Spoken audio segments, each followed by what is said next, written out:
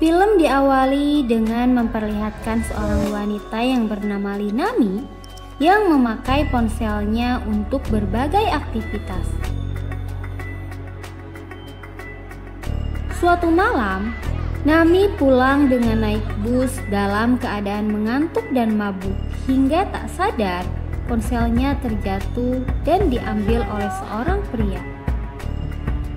Scene beralih pada pria yang mengambil ponsel Nami.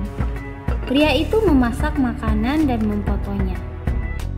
Sementara itu, Nami panik karena handphonenya tak ada. Pria yang bernama Woo Junyong mulai mencatat segala informasi tentang Linami. Tak lama kemudian, Nami menelpon ke HP-nya dan Junyong menjawabnya dengan rekaman suara wanita. Mereka pun janjian di kafe milik ayah Nami. Scene beralih pada para polisi yang kembali menemukan jasad wanita korban pembunuhan berantai. Polisi yang bertanggung jawab atas kasus itu mulai mencari bukti di sekitar lokasi dan terkejut ketika menemukan nama anaknya di sana. Scene beralih pada rekan polisi itu yang yakin jika pelaku pembunuhan berantai adalah Junyong yang kabur dari rumah 7 tahun yang lalu. Namun ayah Junyong membantahnya. Sementara itu, Nami yang datang ke kafe ayahnya mendapat telepon dari penemu ponselnya jika layar ponselnya rusak dan Nami harus mengambilnya di toko reparasi Woo. Nami pun mendatangi tempat itu dan menyebutkan sandi HP-nya. Woo Junyong pun memasangkan aplikasi peretas di HP Nami. Tak lama kemudian, Nami pulang dengan menggunakan kembali HP-nya, tanpa sadar bahwa semua aktivitasnya termasuk chatting dan kamera HP telah diretas dan dipantau oleh Junyong. Suatu hari, Junyong datang ke kafe Nami dengan berpura-pura sebagai pelanggan di sana. Scene beralih pada ayah Junyong yang membaca pesan di HP istrinya dan menemukan alamat baru anaknya. Sementara itu, Junyong sedang mengawasi Nami yang mendapatkan kenaikan gaji dari atasannya. Beberapa hari kemudian, Junyong menyelinap ke rumah Nami dan menemukan ponsel cadangan milik Nami. Dan kemudian, Junyong membuat kartu nama palsu sebagai petugas keamanan digital.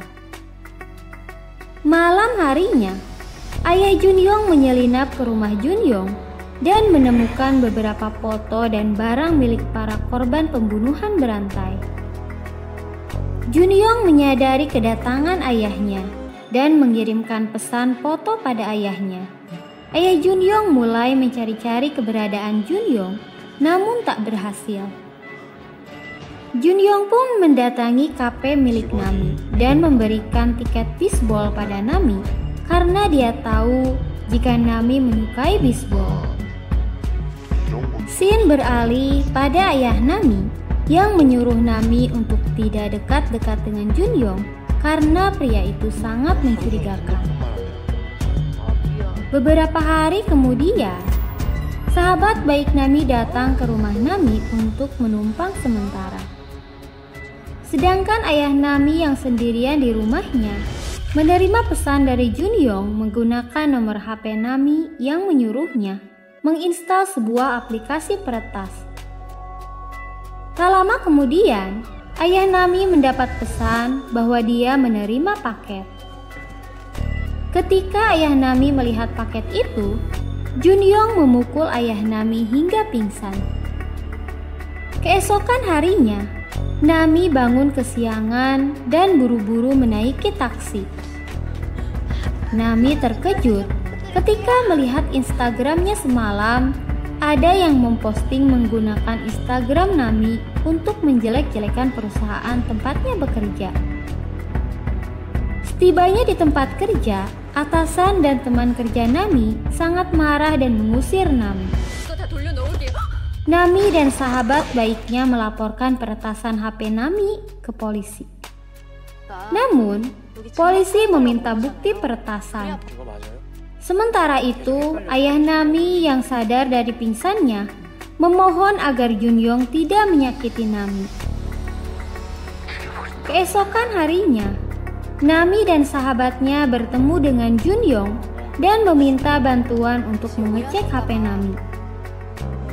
Junyong mengatakan jika HP Nami memang diretas. Junyong mengajak Nami bicara berdua dan mengatakan jika peretasnya bisa saja adalah sahabat Nami. Setelah Junyong pergi, Nami menanyakan apakah sahabatnya meretas HP-nya. Sahabat Nami marah karena dituduh sembarangan dan mereka pun bertengkar.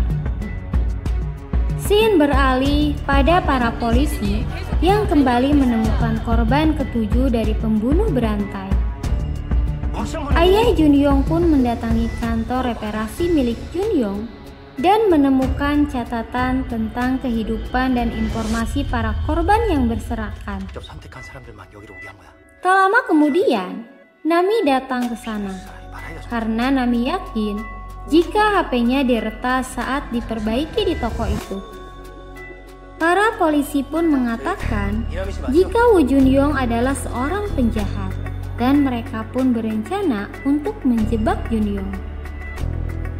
Nami meminta Junyong untuk menemuinya. Saat Junyong sampai di depan rumah Nami, ayah Junyong dan rekannya mengepung Junyong.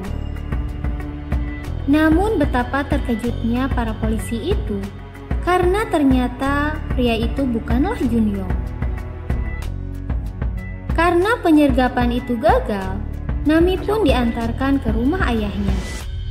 Setelah Nami sampai di rumah ayahnya, Nami menuliskan catatan pada para polisi.